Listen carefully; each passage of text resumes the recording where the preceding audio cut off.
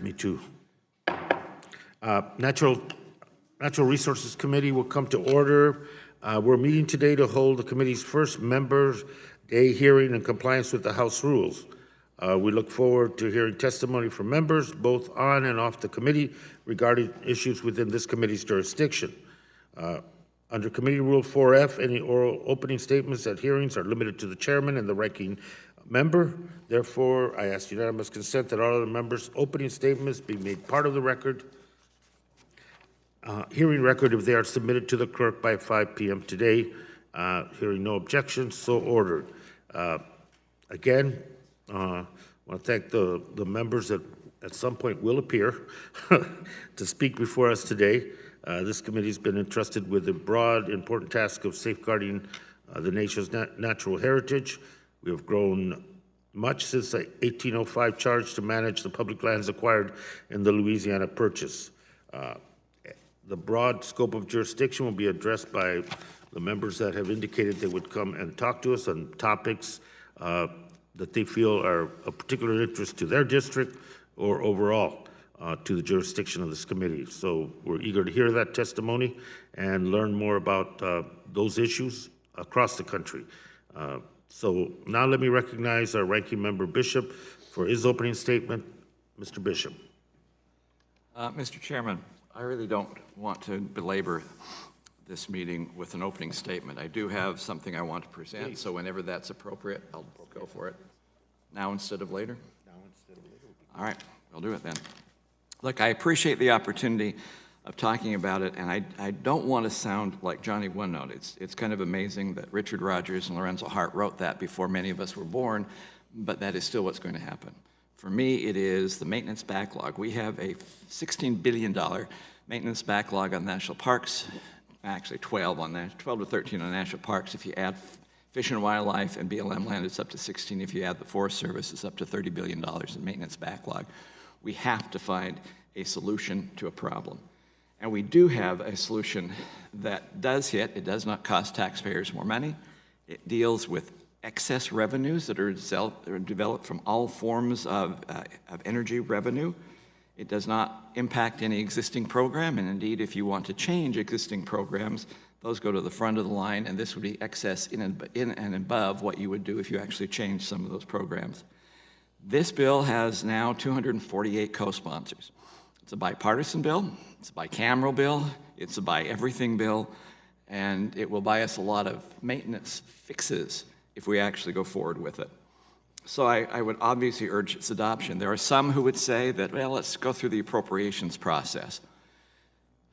Actually, that would be a logical thing to do, except the appropriations process has failed over the years, which is why we're in this problem in the first place.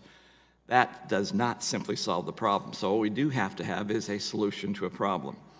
I also want to caution, not just I am a Johnny One Note, there's a lot of other people who are Johnny One Notes, and there are certain people who want perfection rather than a solution. So when the Constitution was actually written, there were 3 members who spent the entire time at the Constitution. Actually, I'm talking to nobody here, am I? I feel like I'm in class again where no one is listening to me. There were 3 people who stayed the entire time at the Constitutional Convention and then refused to sign it. George Mason refused to sign it because it didn't have a Bill of Rights. It's understandable. He was wrong, but it's understandable. Edmund Randolph didn't sign it because it changed too much from his original plan. Once again, understandable. He was wrong. I think he was looking for political cover as well when he went back to Virginia. But Elbridge Gerry came up with a whole list of ticky-tacky little reasons why he was opposed to it. Insignificant reasons. To be honest, no one today even remembers what those silly reasons were that said he would not sign on to this particular bill. Sometimes we have that same problem. We find ticky little reasons not to come up with a solution or not to agree to a solution, and we don't know whether those are real or they're not or they're rememberable. What they do is bring us down because we expect to have something that is perfect in a world that simply is not perfect. This is a damn good solution. It solves a problem. It is finding it.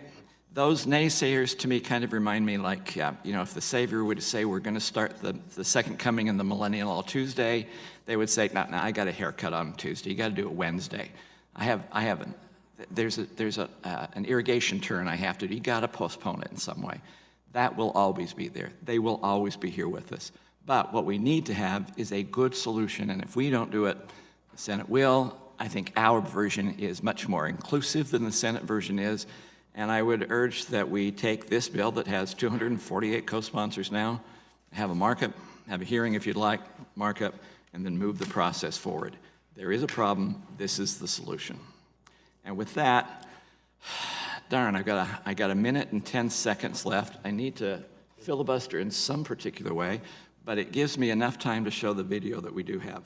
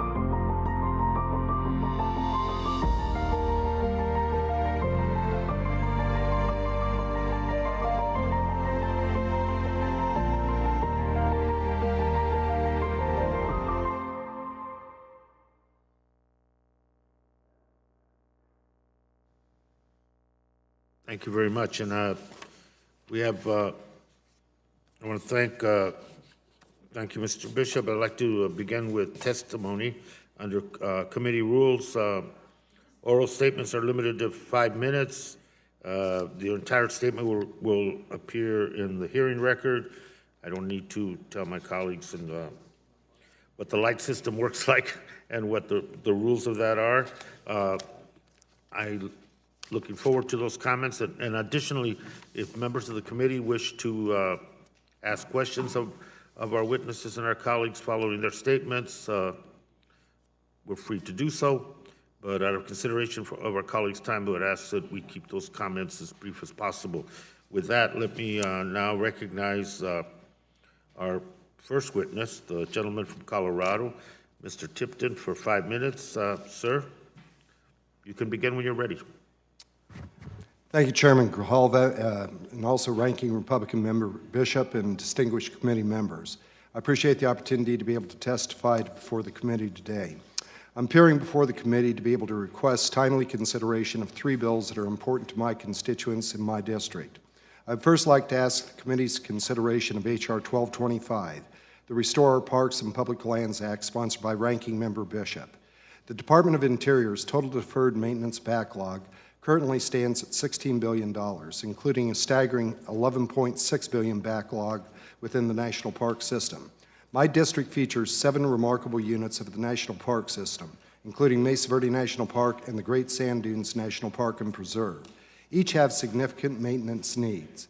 Park units in my district account for more than $157 million in deferred maintenance out of a Colorado total of roughly $247 million. These sites are American treasures.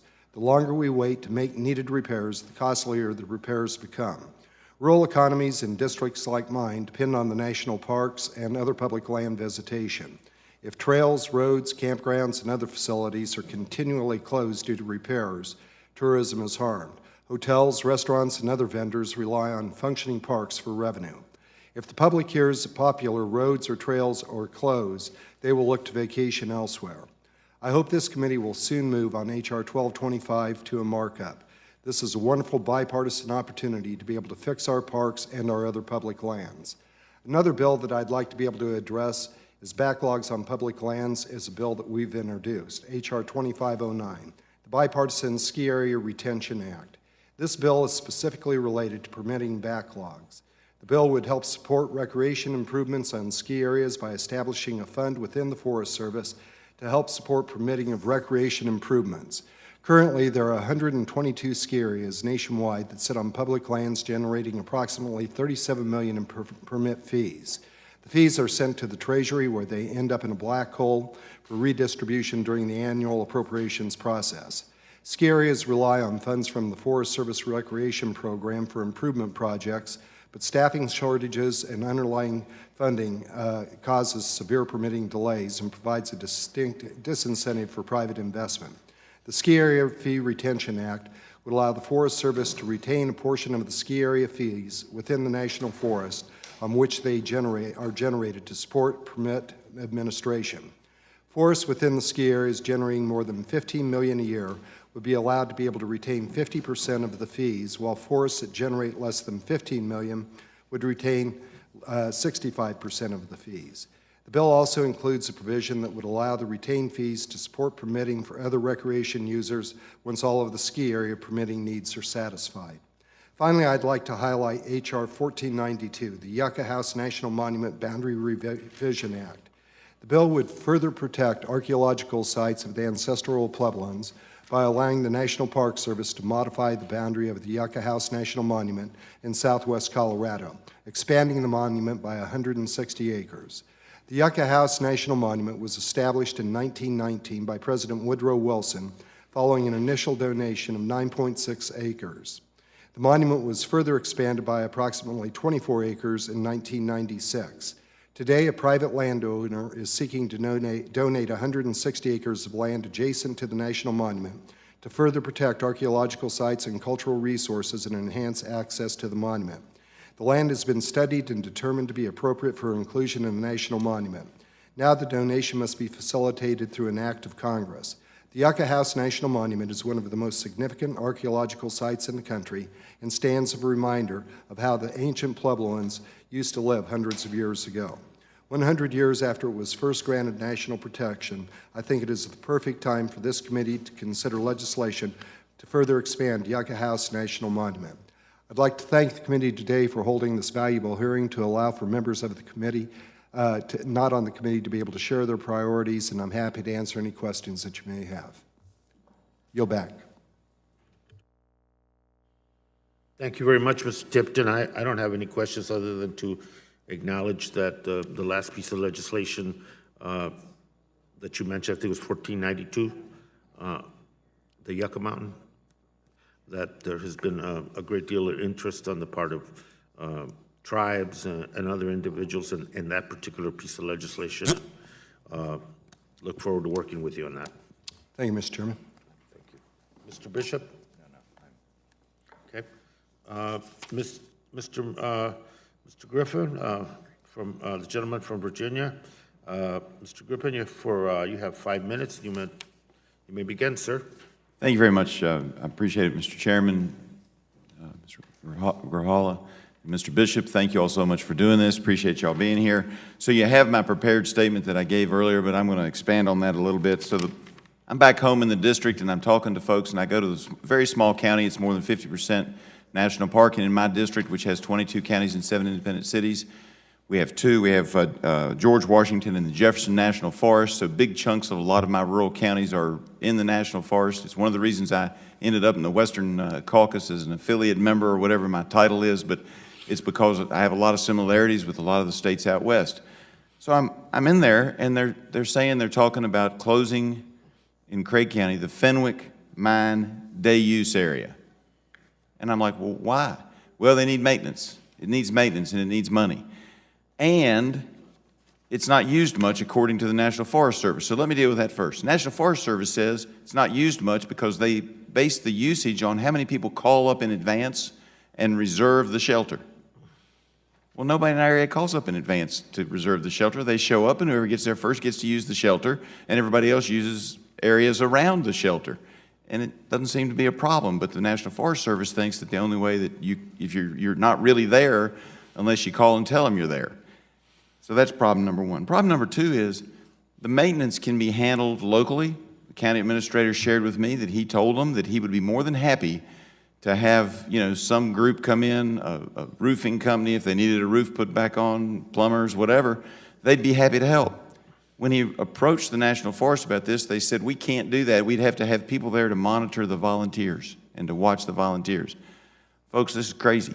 We've got to get them to understand, and I think it's probably the lawyers, that if you sign a waiver, and most of the people in Southwest Virginia would sign a waiver, if you sign a waiver of negligence, the Park Service doesn't have anything to worry about. The Forest Service doesn't have anything to worry about. And my colleague from Colorado was talking about opening up more ski areas. How do you think ski companies operate in this country? You put people on these wooden platforms or composite platforms that are very narrow, and they slide them down a big hill with lots of slippery stuff. Everybody signs a waiver before they go out, and it works perfectly fine. I don't know why our Forest Service isn't doing it. But wait, maybe you think that the people of Southwest Virginia aren't capable of doing this kind of stuff. So we make, in my district, we make all the Volvo trucks made in North America. If you see the Slash, it was made in my district. They asked Sweden for money to build a test bed road, a test road, so that when people came in with fleet purchasers and they wanted to buy a fleet of trucks, they could test it out right there on the plant in Dublin, Virginia. Sweden said, no, it'll be too expensive. Somebody dropped a note in the suggestion box. Hey, have you asked the workers here in the plant if they can build the road? Plant manager said yes. Unlike the Forest Service, plant manager said yes. They found out who they had in the plant. They built the road for approximately $100,000. The people in our area know that you've got to get things done. I have a agricultural research center. They said, we're going to do this, we're going to do that. I said, have you gotten estimates on what that costs? He said, we'll just ask the farm hands that work here. It's amazing. They can do everything we need done, and it's all built to code. So the Forest Service needs to get out of the way and let these people do what they need to do. And then to add insult to injury while I'm home, it's announced that the Flatwoods Job Corps Civilian Conservation Center has been transferred to the Department of Labor, and the Department of Labor has slated it for closure. That's in Coburn, Virginia. It's a long way away from the Fenwick mines, but it's the same problem. These folks train individuals on how to do practical things, and they help the Forest Service keep maintenance up. So on the one hand, we're saying we won't accept volunteers, and then on the other hand, we're closing down one of the facilities that helps in another part of the district, helps the Forest Service do maintenance. I know that there's money that's necessary as well. I'm not saying this is a substitute for money in some cases, but our folks can do all kinds of things, and they're not being given the ability to do so. They're not being allowed to do so. They want to keep the Fenwick mine open. There's lots of other facilities. The hunters want to keep some of these trails open. And the people in my district, and I suspect all across the country, I suspect that Mr. Tipton's district as well, they could do some of that maintenance, and they're willing to do it. Get the government out of the way. Let the volunteers help the government keep these national forests open for the public who actually attend, notwithstanding the fact they didn't call the Forest Service in advance to tell them that they were going to be there. I appreciate your time, and I yield back. Thank you very much, Mr. Griffin. Mr. Bishop? A couple of things, Morgan. First of all, are fees paid by those who are using the shelter and the other areas? Do they pay a fee to the Forest Service? Sorry, this particular shelter, no. Now, they are talking about raising the fees, and I could talk about that too. It's some of my others where they do pay fees. Generally, it's on an honor basis, and they've been asking for $3. They probably should have raised it to $5 a number of years ago. Now they're talking jumping it from $3 to $8.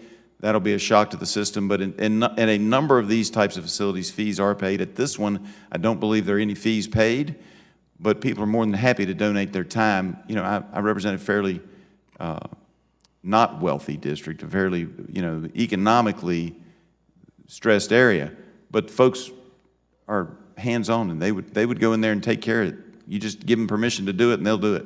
This committee actually does have the jurisdiction over fees. It's one of those areas, it's been a long-standing problem that we should deal with. The importance of if fees are actually assessed, they should, at least in my mind, 90% should go back to the area to improve that area in which those fees are collected. But it also sounds like you really have a problem simply in dealing with the Forest Service, that if you would like to talk with any of us as well off this committee, we'll privately talk with you with the Forest Service and see if we can. It would be nice if you could legislate that the government has to be logical. That's never happened. But we can actually talk to the Forest Service and say, here you have a local problem where local decisions are being done. One of the problems I think this committee faces all the time is if you want to talk about access to public lands. And let's face it, if you don't have access, there's no reason to have public lands in the first place. It is oftentimes the national government that is the first one to actually close that access. That's another issue we as a committee can look like, but you have a parochial issue, and I would pledge to work with you, working directly with the Department of Agriculture and the Forest Service to try and solve this parochial problem. And I appreciate that, and it may have been something I would have come to you off record about anyway, but the same day I was meeting, I got this request from my committee, hey, would you like to go talk to Natural Resources? I said, you bet I would, because I had just gotten fired up in the local county with this problem. I'm like, yeah, I'd like to talk to them, and I appreciate your offer to help offline, and I'll be glad to take you up on that. We'll do that, and thank you for coming, and we can blame Grijalva for you having to do this, right? Hey, I don't know that we can blame anybody, but I'm just glad to get some help in trying to fix it. Thank you, sir. Appreciate your time. Congressman Curtis, gentleman from Utah. Mr. Curtis, floor is yours. Thank you, Mr. Chairman, for holding this hearing, and Mr. Bishop, thank you as well. Like Mr. Bishop, I'm from Utah. Our home state is the proud home of 5 national parks. 6 national parks. It used to be 5. 6 national parks, thank you. Don't you dare forget Golden Spike.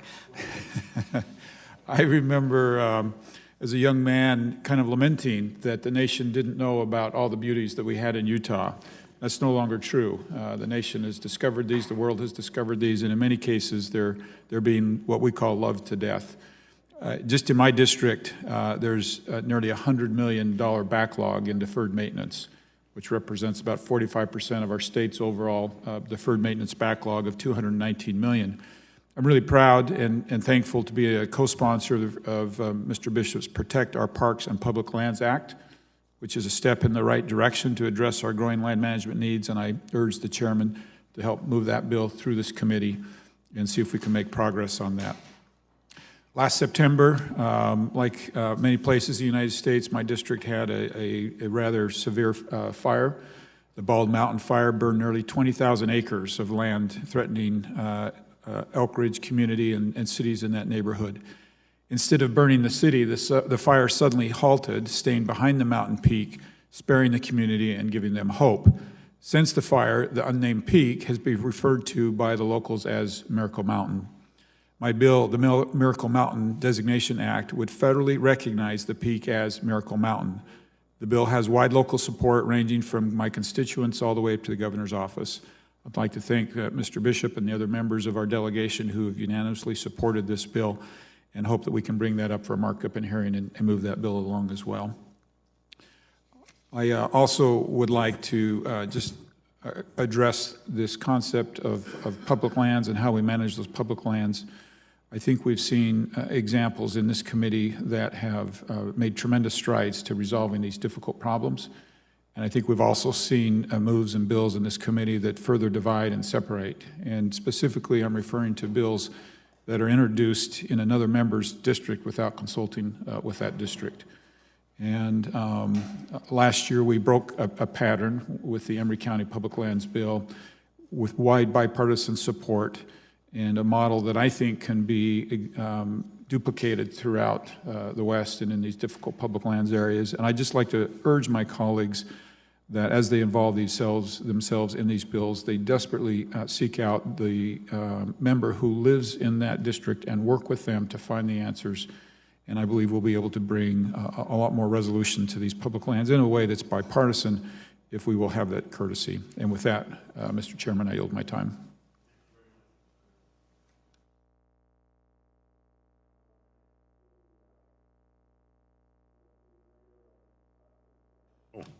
Mr. Costa from California, sir, floor is yours.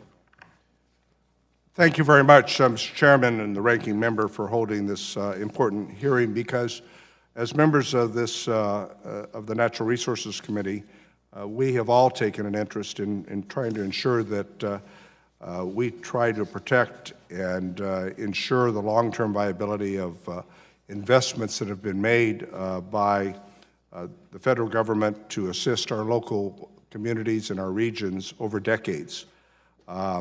This Member Day allows us to advocate on behalf of certain areas of interest and projects that we've been engaged in.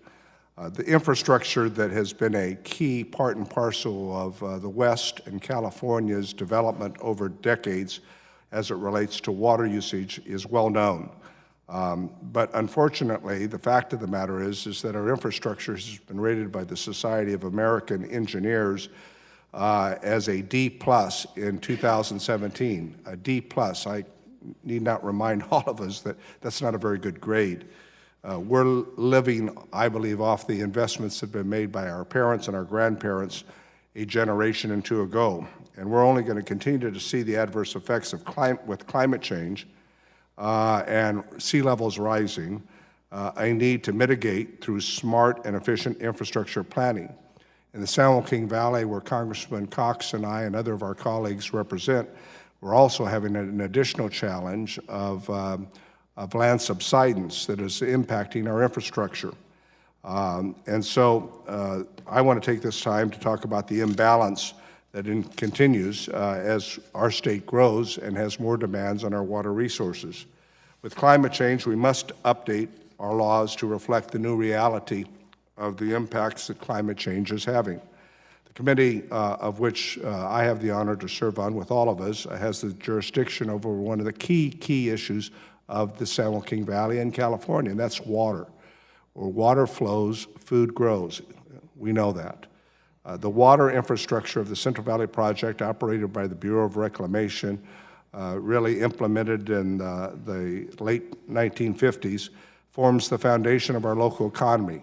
It ensures that we have a safe, reliable water supply that not only irrigates our farms, provides water to our cities and our local communities, and really has allowed California to develop post-World War II.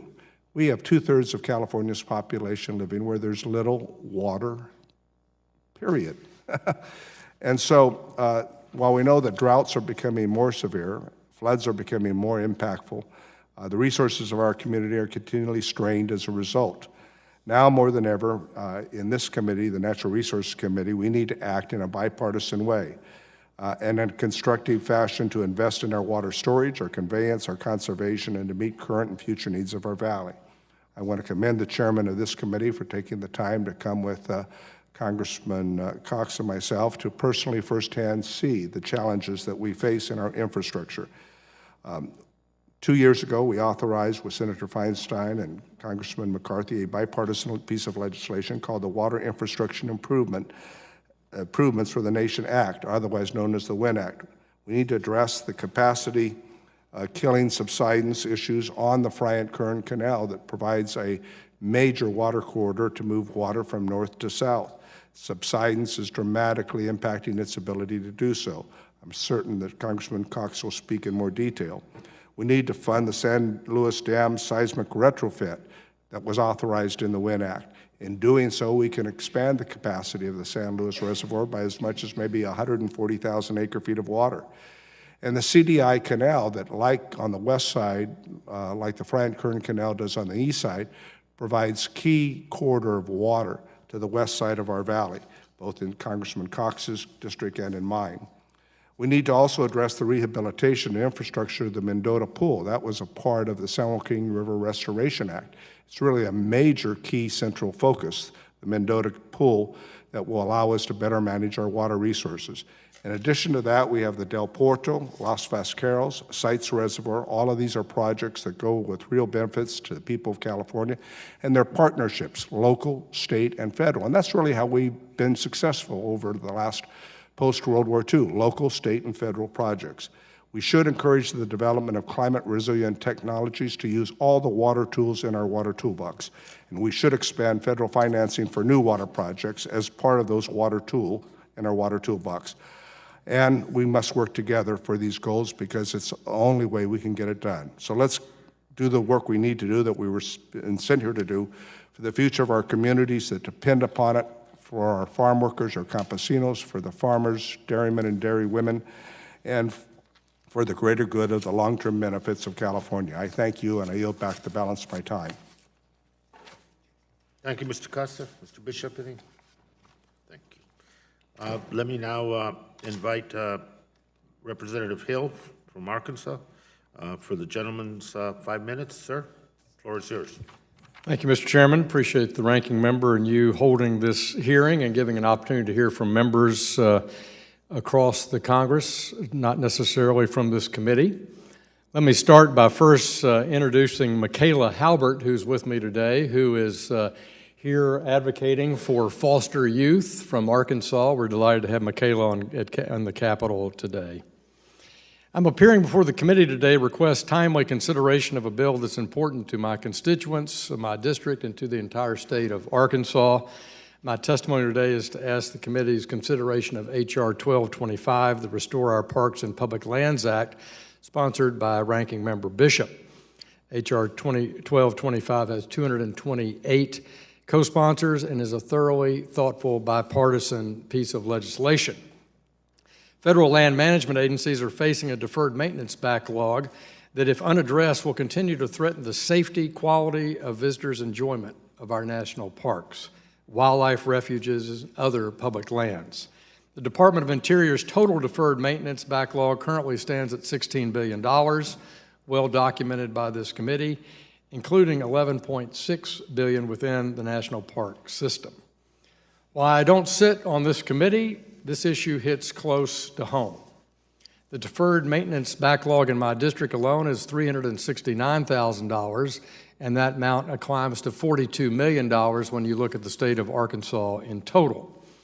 Arkansas features 8 remarkable units of the National Park Service, including America's first national river, the Buffalo National River, America's first park reserve, Hot Springs National Park, and Little Rock Central High School National Historic Site, along with Arkansas Post. I want to thank former Chairman Bishop and the committee as a whole on a bipartisan basis in helping us expand the boundary in the last Congress of Little Rock Central High Historic Site. That was a terrific work. Our community greatly appreciated it. Appreciate Representative John Lewis's co-sponsorship with me on that measure. All these sites in Arkansas are American treasures, and they can't wait for needed repairs. I also might note that the Buffalo River, as I said, America's first national river, is under severe stress in its watershed over the past 25 years as land has been converted around the Buffalo National River National Park land and the surrounding national forest land to commercial use, non-recreational conservation type use, and so it's put stress on America's first national river, and so that I'm sure will be of importance to the committee in the months and years ahead. Rural economies throughout the country benefit greatly from the national park visitation. The positive economic impact of tourism in Arkansas continues to be significant. In 2016 alone, visitors who traveled to Arkansas spent an estimated $7.7 billion and supported more than 100,000 jobs, or according to our Department of Tourism.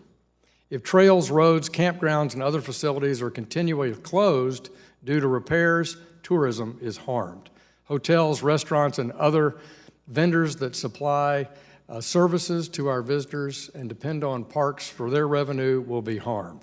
It's for these reasons that I support H.R. 1225 and hope the committee will soon move this bipartisan bill one step closer to properly and efficiently fixing our parks and other public lands. I appreciate the ranking member and the chairman for their time today. Appreciate the opportunity to testify and happy to respond to your questions. I yield back. Mr. Bishop? Yeah, I do have a couple if I could. Not really questions. The first one is, I know Representative Grijalva is doing everything he can to enhance his position around this place, but I recognize your sign. You are not actually from Arizona. You're from Arkansas. So trying to add another congressman to Arizona is a cheap trick, Raul. But I thought it was being subtle. It was subtle. it was subtle. I do want to thank you for working with us last year on the Little Rock Central High School. I just want you to know that last year I actually went down there with the staffer. I was extremely happy that we actually did that because it's a great thing. In fact, the only thing that ticked me off is we had an airplane flight to catch. Otherwise, I wanted to do the post-school tour that they have at the high school itself.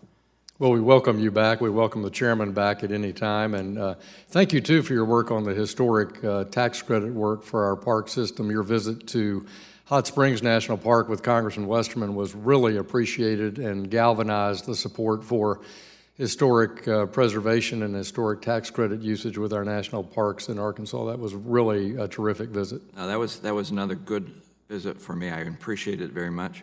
And that you have an excellent superintendent back there.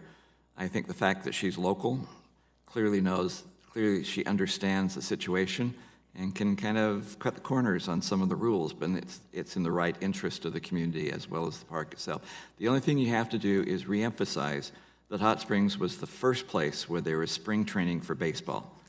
That's the reason for doing it. That's the most important thing down there. Absolutely. Thank you for your efforts. We appreciate you working with us in the past. We look forward Thank you. Thanks for your time today. to you back. Appreciate your time, sir.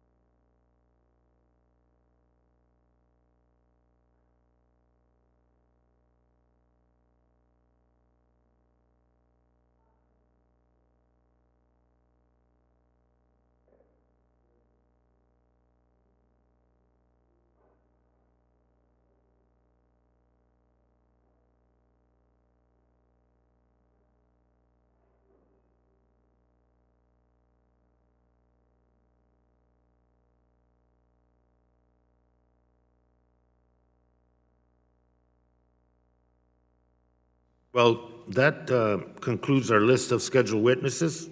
But to thank my colleague, Mr. Bishop, and all those colleagues that delivered their oral testimony, as well as those who submitted written testimony as well.